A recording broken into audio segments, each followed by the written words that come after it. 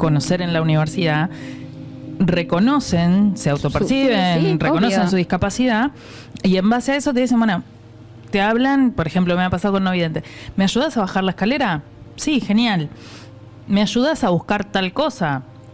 Sí, vamos. Digo, ellos piden esto que vos decís. Ellos saben cuáles son sus limitaciones, como la tendríamos que saber todos. Claro. Digo, todos tenemos diferentes limitaciones. Y en base a eso piden el acceso. Tal cual. Sí, piden la ayuda que necesitan. Tal cual. Es así, o sea... lo que decía Jorge con respecto al nivel terciario o a cualquier colegio, primario, secundario, yo he escuchado decir a docentes, y no estoy abarcando a todos los docentes porque la verdad que hay docentes que son excelentes, pero algunos docentes decir, tengo 25 alumnos y un nene con síndrome de Down. O sea, es una frase no es tu común. alumno. No es alumno, claro. No es alumno. O tengo 35 alumnos y 3 integrados.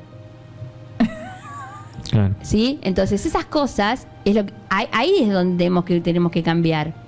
¿Sí?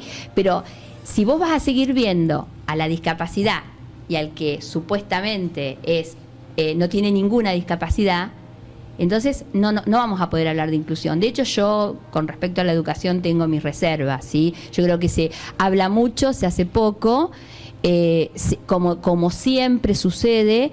Se habla de la inclusión educativa y se empieza por el techo y no se empieza por el piso. Entonces, por eso se nos cae siempre todo a pedazos.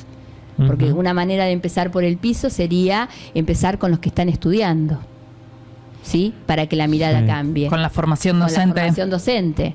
Porque vos ¿desde dónde cambiás? Desde el docente que llega al aula, ¿sí? O del directivo que va a tomar la escuela. Va a estar a cargo de la escuela. Sí, dos cosas por ahí desde este lugar de educador. Sí.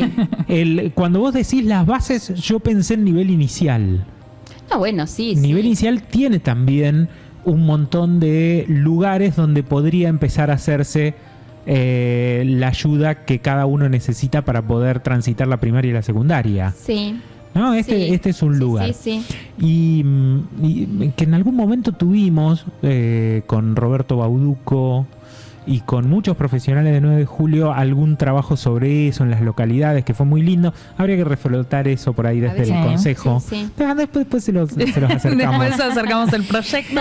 Y lo otro es que también los directivos, cuando van a supervisar las prácticas, necesitan poder plantarse desde estos nuevos paradigmas o desde estos nuevos conceptos, o por lo menos desde conceptos más rupturistas, donde decir, che, él también es tu alumno, claro, ¿no? Y merece la misma atención o más que la que tienen todos los demás alumnos. Digo, esta supervisión de la práctica docente es riquísima. Sí, seguro que sí.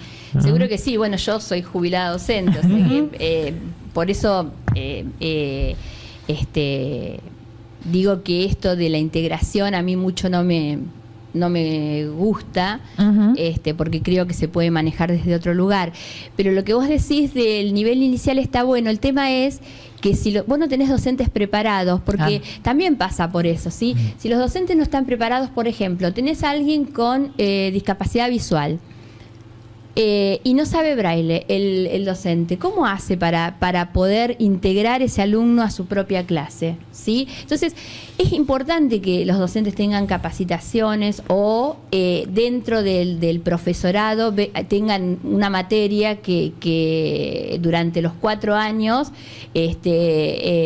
para poder integrar de verdad a los alumnos adentro del aula. Porque si no, si vos tenés una familia que acompaña, genial. Claro, te va a llenar mucho más el camino, pero si vos no la tenés, no es tan fácil, ¿sí? Entonces, algunas veces le dicen, y los docentes, bueno, yo no le achaco toda la culpa al docente, ¿sí? Sino al sistema. Yo creo que el sistema, ni siquiera pensemos en chicos con discapacidad, pensemos en los chicos que por ahí tienen diferentes tiempos para aprender. Tampoco están capacitados para los diferentes tiempos en aprender. Porque, por ejemplo, yo pensaba, ahora que estamos en modo virtual, esto de dar clases virtuales, qué genialidad para trabajar la diversidad. Yo creo que es genial trabajar la diversidad ahora que estamos en modo virtual. Que vos no tenés que estar con este grupito, con aquel... Estaría buenísimo. Sin embargo, cae en cascada todo para todo el mundo. Claro, y para todos igual. Para todos iguales. Claro. Entonces, también hay que empezar a cuestionarse esas cosas, ¿sí? Y como vos decís, pasa por el directivo. El directivo es el que tiene que por ahí visibilizar esto y tratar de ver. Y el equipo. El equipo.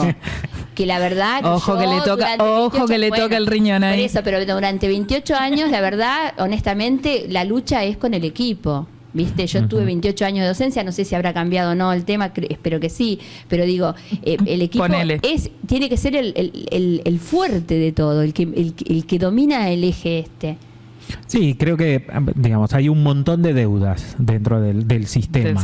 Hay un montón de deudas, en eso coincido con vos. Y que sería necesario poner un seminario o un taller o una cátedra. A mí me gusta más el tema de seminario-taller porque permite mayor práctica. Claro. ¿No? Sí. Donde haya, no sé, multiplicidad de abordajes. Claro. Para poder entender que a veces la queja se tiene que transformar en acción para que un profesor pueda, porque en primaria no estamos teniendo tantos problemas, pero sí en secundaria y sí en superior y universidad, donde aparece mucho más la queja, que es mucho más sencilla que ponerse a pensar en cómo trabajar con una discapacidad. Sí, sí. ¿No? Con estas distintas formas que tienen de acercarse al conocimiento. Y te digo esto, nosotros tuvimos una alumna ciega, ¿no? Y tuvimos que ponernos a bajar programitas en el teléfono para poder leerle sus hojas en braille. Entonces, hay una herramienta, no me acuerdo en este momento, pero nos bajamos al teléfono, le sacábamos fotos a las hojas y nos traducía lo que había escrito en su máquina de braille. Claro. Y de esa manera pudo dar el mismo examen que dieron sus compañeras. Tal cual. Y lo pudo aprobar y pudo seguir adelante. Bueno, esos son apoyos técnicos que dentro del ANDIS, ¿me entendés? Si vos haces la gestión, los bajan a los institutos. ¿Sí? O sea, hay apoyos técnicos que te bajan hacia los institutos. Eso es muy importante y que no se sabe. Yo siempre hablo de la desinformación. Totalmente. ¿Sí? Yo creo que una de las problemáticas más grandes que tenemos es la desinformación en todo, en salud, en educación, en todo lo que tenga que ver con, por ejemplo, con obras sociales. ¿Sí? La desinformación es enorme. Tantas redes, tanto virtualismo, tantos medios, y sin embargo es impresionante la desinformación que hay. Lo vi en esta pandemia, sobre todo. En esta pandemia muchísima gente apareció que no tenía CUD. Cambiando de tema, no me voy a otro lado, pero justo dio esto de certificado único de discapacidad. No lo tenía y no sabía cómo lo tenía que hacer y tampoco sabía que podía acceder al certificado. Lo mismo me pasó con las obras sociales, o sea, no sabían que teniendo el certificado único de discapacidad podían tener el 100% de la medicación. La venían pagando. Entonces, esa desinformación, o que en incluir salud se tienen que inscribir, porque si no, no es decir tengo una pensión de ANSES, tengo que incluir salud. No, tenés que ir a incluir y hacer el empadronamiento. No lo saben, no lo saben. O esto que te estoy diciendo de que los institutos pueden a través del ANDIS conseguir los apoyos técnicos, que por ahí no es tan fácil para un instituto poder comprarlo. ¿Sí? Hay un montón de cosas, desde los aros hasta... no sé, bueno, esto que vos me decías de la maquinita, o las aplicaciones, las AP y todo eso. Por eso es que no creo que tampoco se avanza demasiado. Me parece que la desinformación es tanta que no se avanza demasiado. Ayer yo pertenezco a la Comisión de Discapacidad del Instituto Patria. Y ayer justo habían subido un trabajo muy bueno sobre discapacidad y COVID, y una de las chicas que es como es hipoacúsica, no vidente, pedía por favor si se lo podían, cómo se lo reenviaban, y con el tema de los gráficos es muy difícil. Entonces ahí hay una aplicación, yo me enteré anoche, que hay una aplicación que te revierte los gráficos a texto. Ujú. Entonces después se lo van pasando. Esto sucede, por eso digo, sucede en todos lados, porque uno piensa en hacer un trabajo para ¿quiénes? Para los que pueden ver, para los que pueden oír, Ujú. ¿sí? Pero no piensa en el otro. Cuando vos haces un trabajo no sé, de investigación, no estás pensando en aquellos que no pueden verlo. Claro. ¿Sí? Claro. O en aquellos que o si haces un trabajo de no sé, en televisión, no pensás que tenés que poner a alguien, a un traductor, ¿sí? En lengua de señas para los que pueden leer, para aquellos hipoacúsicos que pueden leer, poner una traducción simultánea. abajo. Exacto. ¿Sí? Claro. Nosotros no estamos pensando en eso. Entonces, eso creo que se va a llegar. Mira, hay una conferencista que es muy buena en discapacidad, que en realidad es una mamá de multidiscapacidad. Ujú. Ella pertenece a PEMUC, y ella decía que se va a dejar de hablar de inclusión cuando se convierte en convivencia. Claro. ¿Sí? Y en realidad es cierto, la convivencia va a ser cuando no tengamos que estar pensando cómo lo hago, porque ya Ujú. estoy tan acostumbrado que lo hago de las dos maneras. Claro. Que Claro. se naturalice. Se naturaliza, Ujú. exactamente. Sí, el tema también es ¿no? Que cuando no está naturalizado, le estamos quitando derechos. Y estamos quitando ¿No? derechos. Sin lugar Cuando a un dudas. presidente habla y no hay closed caption, que es esto de escribir abajo Sí. simultáneamente lo que va pasando, le estamos quitando un derecho a Sí. alguien. O cuando ponemos un traductor y le ponemos El graph. el graph arriba del traductor. Claro. Claro. Ahí te das cuenta, así como hablamos de perspectiva de género, tendríamos que empezar a hablar de perspectiva de discapacidad. ¿Sí? Porque no la tenemos. Ujú. Ujú. No la tenemos. Yo lo que siento, y ya lo dije en otro medio, es que cuando vos hablas de discapacidad a la mayoría de los funcionarios, propios y ajenos, Sí, sí. Sí, Propio y no ajeno. tiene que ver con una cuestión partidaria. Encontrás incomodidad, ojo, otra vez viene esta con un proyecto de discapacidad. ¿Entendés? Yo siento eso, siento que no es importante, de hecho ya me ha pasado, que no es importante el proyecto de discapacidad que vos haces, entonces por ahí nos olvidamos algunas cosas, ¿sí? Y ese proyecto no sale. Bueno, ¿Te das Nancy, es la 1:00 p.m. Nosotros en este momento tenemos que hacer un recreíto. Si vos Bueno. querés, Sí. nosotros te invitamos a que te quedes después del recreíto y seguimos charlando. ¿Te parece?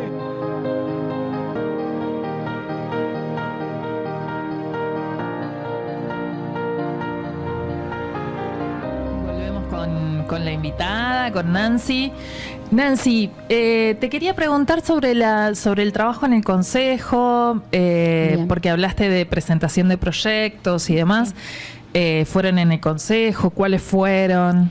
Sí, bueno, el primer proyecto que presentamos fue el de la capacitación para que por lo menos el municipio y las oficinas del municipio tengan algún empleado que pueda capacitarse en lengua de señas. Porque nos parece necesario, de la misma manera que cuando vos las indicaciones, o sea, que haya pictogramas Ujú. dentro del municipio para que las personas sepan cómo guiarse, de qué manera guiarse, sobre todo las personas de espectro autista. Claro. ¿Sí? Bien. Porque la señalización hoy es con letras, no hay. con palabras. No hay. No hay. Ok. no existe la señalización. Y después el mismo proyecto dice que si de ser posible tratar de ver a ver si se pueden extender hacia las otras entidades que son provinciales o nacionales. Ujú. ¿Sí? Porque tampoco existe. O sea, alguien con hipoacusia va, no sé, a IOMA y no hay nadie que pueda traducir o sea, que pueda entender lo que esa persona quiere. Y termina decir. necesitando otra persona que le haga las Exactamente. cosas. O lo vas entendiendo. Si la persona escribe, genial, pero si no. Claro, pero imposible. tiene que ver con la pérdida de autonomía, Claro, o con tal cual. la Sí, limitación sí. de la autonomía. Sí, sí. de- para poder ser independiente, en realidad. Claro, sí.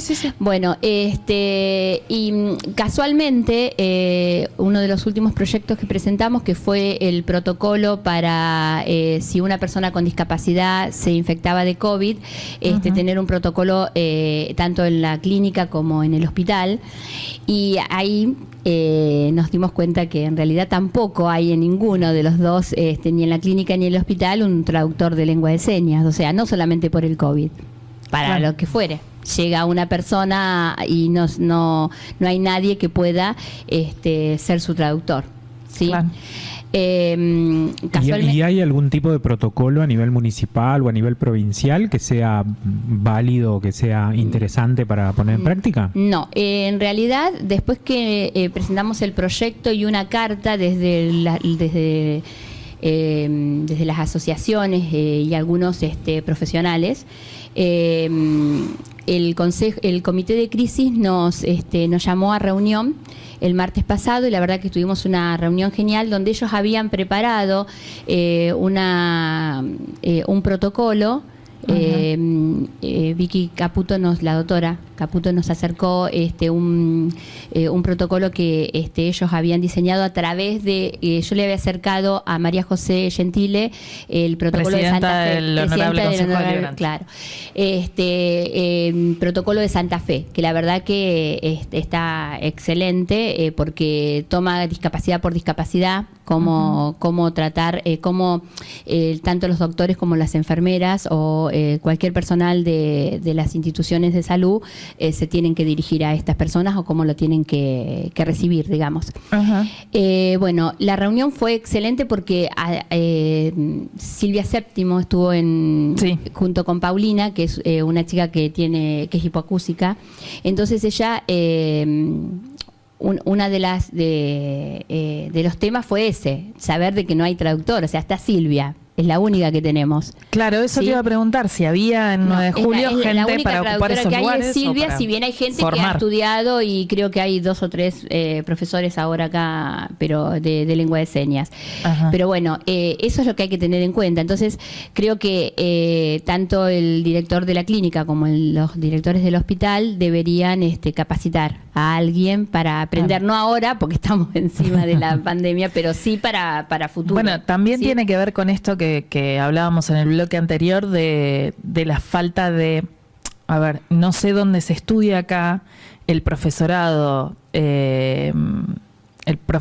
para discapacidad con lenguaje de señas, digamos, porque acá en 9 de julio nosotros tenemos el profesorado de educación especial con orientado en discapacidad intelectual.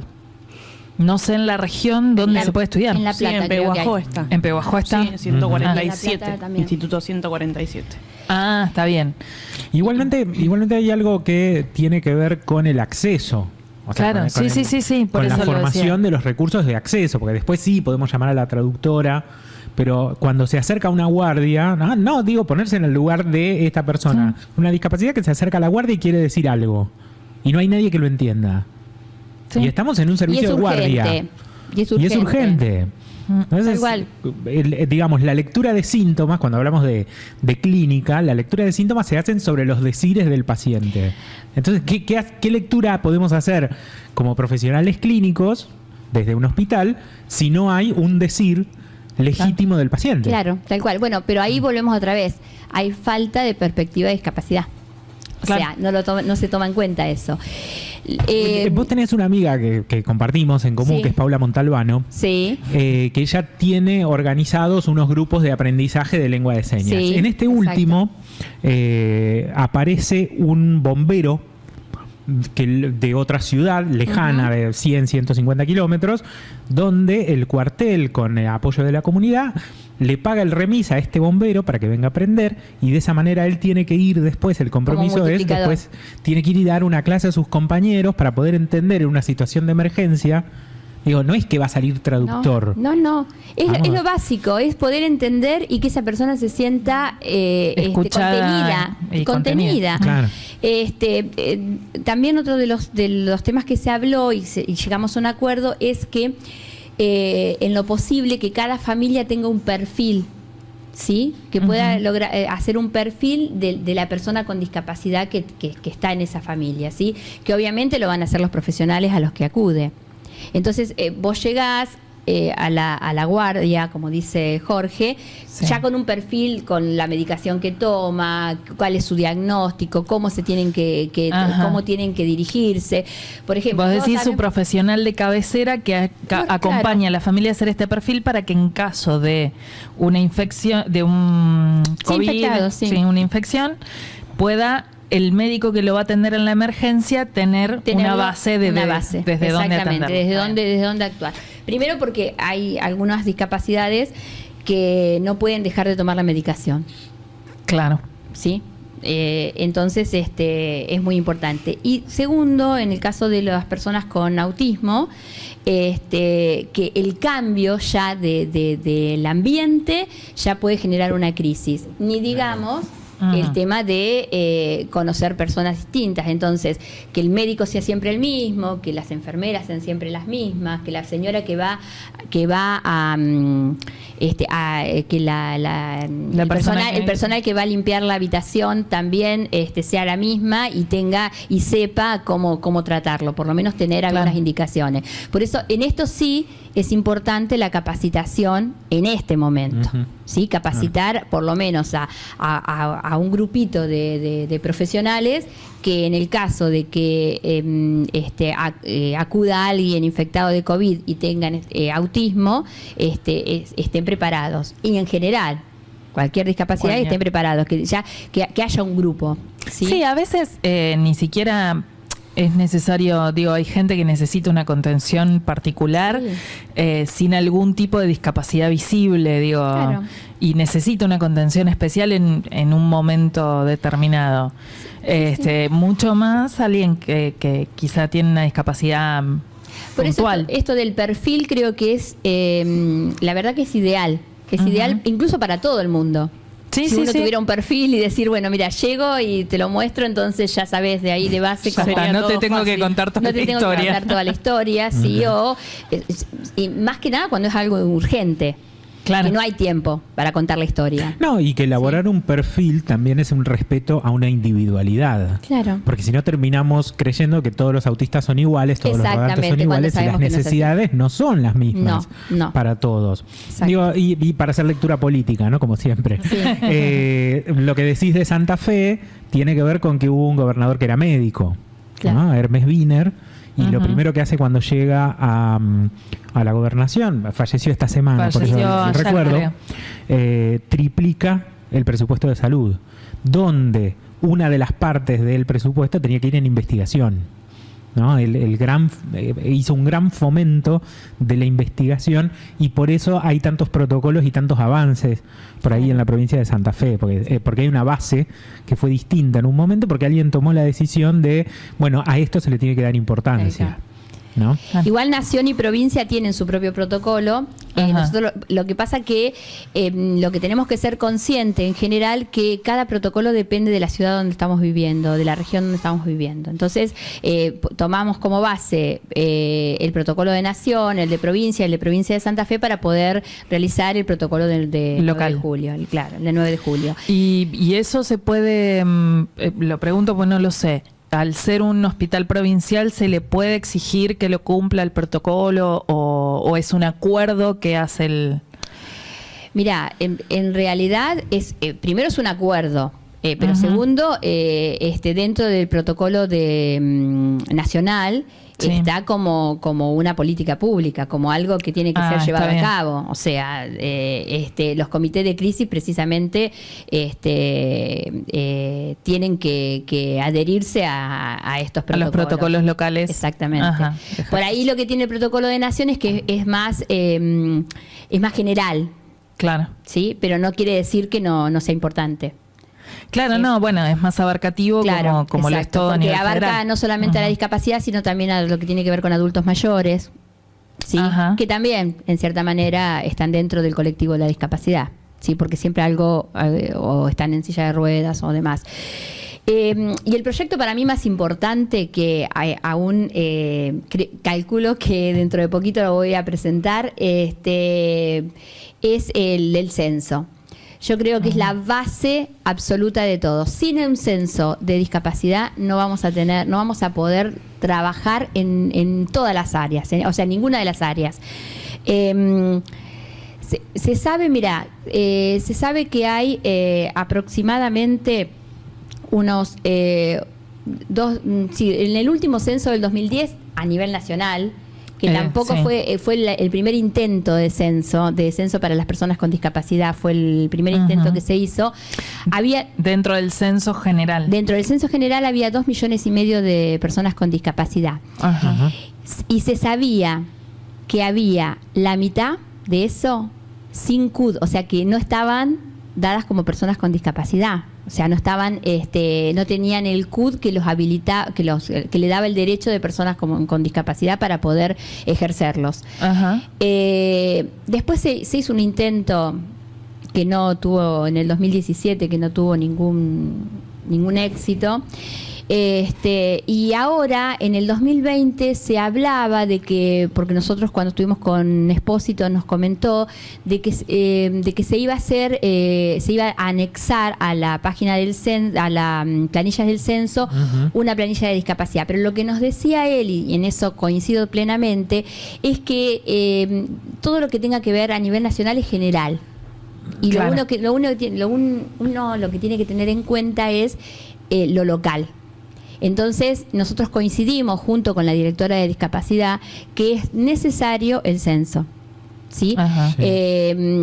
Ya lo tenemos, por eso dije que en las próximas semanas lo voy a presentar el proyecto y para que después se pueda realizar. Yo calculo que en septiembre, octubre vamos a poder estar realizándolo. Creo que vamos a tener la posibilidad de ir y ya casa por casa. Vamos a pasar la pandemia, me parece a mí, como para poder hacerlo. Porque una vez que se tenga, hay un programa donde se baja toda la información, entonces vos podés saber por franja etaria, por educación, por condición, ¿sí? O sea, qué condición de discapacidad tiene. Y eso te sirve para el cupo laboral, ¿sí? Te sirve para lo que tiene que ver en la parte educativa, todo lo que tiene que ver si en salud, si tienen obra social, si no, cómo la usan, no la usan, ¿sí? Qué rehabilitación hacen. Sirve para todo. En este momento sabemos que el certificado de discapacidad no nos dice la realidad de 9 de julio, claro. Porque hay muchas más personas con discapacidad. De hecho, ya dije, en la pandemia surgió que había un montón de personas que ahora lo piden. Creo que claro. no sé cuánto será el porcentaje, pero están dando de alta a muchísimas personas en CUT. O sea que no había. Por eso para mí es importantísimo esto. ¿Y el cupo laboral en el caso de lo local? ¿Hay registro de que se cumpla, de que no se cumpla? ¿Números? Mira, a nivel nacional, el cupo laboral es el 1%. ¿Sí? A nivel local, te diría que es el 0,000, ¿sí? Porque no existe, o sea, no existe ni a nivel público, que es lo que estamos trabajando y a pleno en eso. Casualmente cuando nos tomó la pandemia estábamos en eso trabajando con Teresa García, que es la ministra de Gobierno de la provincia de Buenos Aires, y con Andis, y después a nivel privado yo creo que debe haber, no sé, 4, 5, 6, 7 personas que están trabajando a lo mejor a nivel privado. Pero nada. ¿Y qué dice la ley? La ley dice que... ¿Cuál es el cupo? Que el cupo es el 4%, que lo toman mal, porque es el 4% como piso, como mínimo el 4%. ¿Sí? Entonces no es que decimos, bueno, tenemos el 4%, no, vos podés tener el 8, el 9, el 10, no importa. Lo que sí hay que tener en cuenta es que esa persona con discapacidad no es que le estamos regalando el puesto porque nos da lástima, pobrecito mío, no. La persona va porque es idónea. Claro. ¿Sí? O sea, se le hace toda una serie de encuestas y una serie de entrevistas, incluso para saber. Claro, para saber si, es más, hay muchísimas personas acá en 9 de julio con discapacidad que tienen nivel terciario. Sí. y que podían estar cubriendo un puesto. Sí, Y, claro. no lo están haciendo, ¿sí? Entonces, poder presentar su currículum, igual que el resto, ¿sí? Con la única diferencia es que entre Pedro, que no tiene ninguna condición, y Juan, que tiene una condición de discapacidad, primero está Juan. ¿Sí? Claro. ¿Está? ¿Y con el tema de las pensiones, cómo están? Ajá. Bueno, con las pensiones, ya hablemos. Con las pensiones, en los 4 años anteriores, además de que sabemos que se quitaron pensiones, había 200.000, en total había 156.000 pensiones que estaban en stand-by, ¿sí? Que no se sabía, que quedaron ahí, en inicio, digamos. Y el resto fueron las pensiones que se sacaron, teniendo digamos, 200.000 pensiones, ¿sí? Que no están dadas. De esas 200.000 pensiones, 25.000 fallecieron. Las personas fallecieron y nunca tuvieron su pensión. Entonces, ahora, durante la pandemia, hemos molestado tanto a todo el mundo. Bueno, yo soy molesta, bastante. Nunca diremos eso. No. Y bueno, yo formé parte, soy parte de un grupo que se llama Cuarentena Preventiva, donde están casi todos los referentes de nación, nacional, digamos, en discapacidad. Y tengo un amigo que es un genio, que se llama Pedro Ábalos, que es abogado, tiene una discapacidad motriz, y que tuve el agrado de poder pertenecer a ese grupo a través de él. Y empezamos a trabajar con Andis, con Fernando Galarraga, precisamente. Bueno, a través de Fernando pudimos hacer, poder enviarle las pensiones que me llegaban a mis manos, que en este caso fueron 5 pensiones, y sé que hay un montón más el 9 de julio, pero no tengo acceso a poder saber cuántas pensiones hay. Pero bueno, el que si nos están escuchando y hay alguien que tenga una pensión que está ahí, que nos la acerque, sí, al bloque o me llame por teléfono. Y tuvimos el agrado de que en 4 años, de no haber salido una sola pensión el 9 de julio, ni supongo que en muchos distritos más, tenemos el agrado de decir que salieron 2 pensiones. Una que la señora cobra ahora en julio, y la otra es de acá de 9 de julio, que ya está aprobada. Estamos esperando la fecha de pago. Y así van a ir saliendo. El tema es gestionar, ¿sí? Claro. O sea, no quedarnos. O sea, por eso digo, yo soy molesta, ¿sí? Yo llamo hasta que logro que me den bolilla. Pero hablé con Marcelo Villarreal, que es está encargado de este tipo del tema de las pensiones en el ANDI, y él lo que me dijo fue que hasta diciembre, de las 156.000 pensiones que quedan por salir, 70.000 van a salir hasta diciembre. Claro. Enero y febrero van a salir las restantes. La mitad es un logro, mitad y ahí te das cuenta que hay estado presente. ¿Sí? No cabe ninguna duda que haya estado presente, porque esto que no ocurrió durante 4 años está ocurriendo ahora. Claro. ¿Sí? Entonces, pasa, ya vuelvo a repetir, pasa por gestionar, pasa porque las personas que estén ocupando el cargo sean idóneas y empáticas y sepan lo que están haciendo, ¿sí? Y saber que del otro lado los que están esperando, lo están esperando de verdad. Y que lo necesitan. Exacto. Bueno, Nancy, nosotros te queremos despedir. Bueno. Para quienes necesiten, como dijo Nancy, pueden acercarse a la Galería Italiana, quienes necesiten hacer algún trámite respecto a discapacidad, de IOMA, PAMI, salud.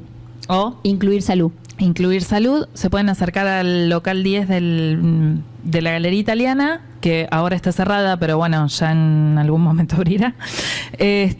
O nos deja Nancy el teléfono por privado a nosotros y bueno, vamos vehiculizando las inquietudes que tengan. Te agradecemos muchísimo la disposición y hemos aprendido un montón porque es un tema que no conocemos.